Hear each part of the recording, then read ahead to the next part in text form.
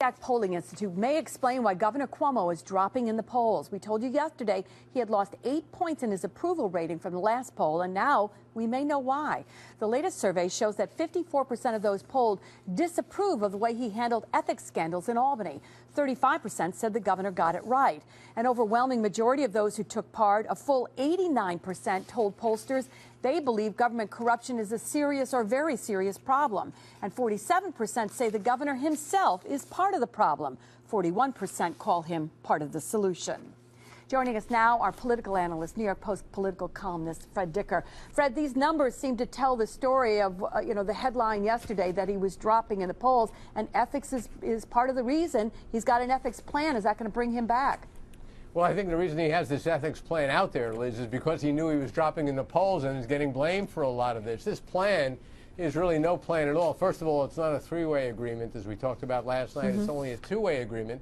And when you analyze pieces of it, there's really nothing all that new in it. Certainly nothing that's going to guarantee a higher level of ethics in Albany, in my view.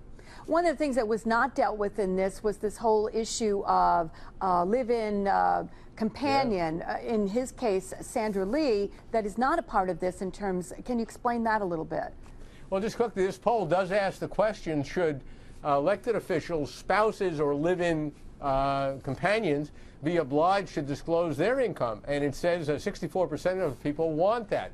The Senate Republicans have said that should be part of an overall ethics bill. The governor doesn't have Sandra Lee living with him. He lives with her in her house, and we don't know if he contributes anything to the household. Does he pay any taxes? We know very little about it. Yet she works for companies, big companies, that have businesses before the state or are regulated by the state.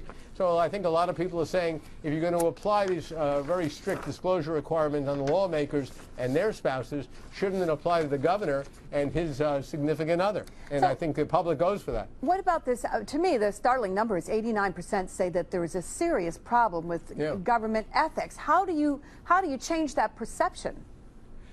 Firstly, it's nice to know that it's not just journalists who are cynical about state government. It's nice to see the public caught on.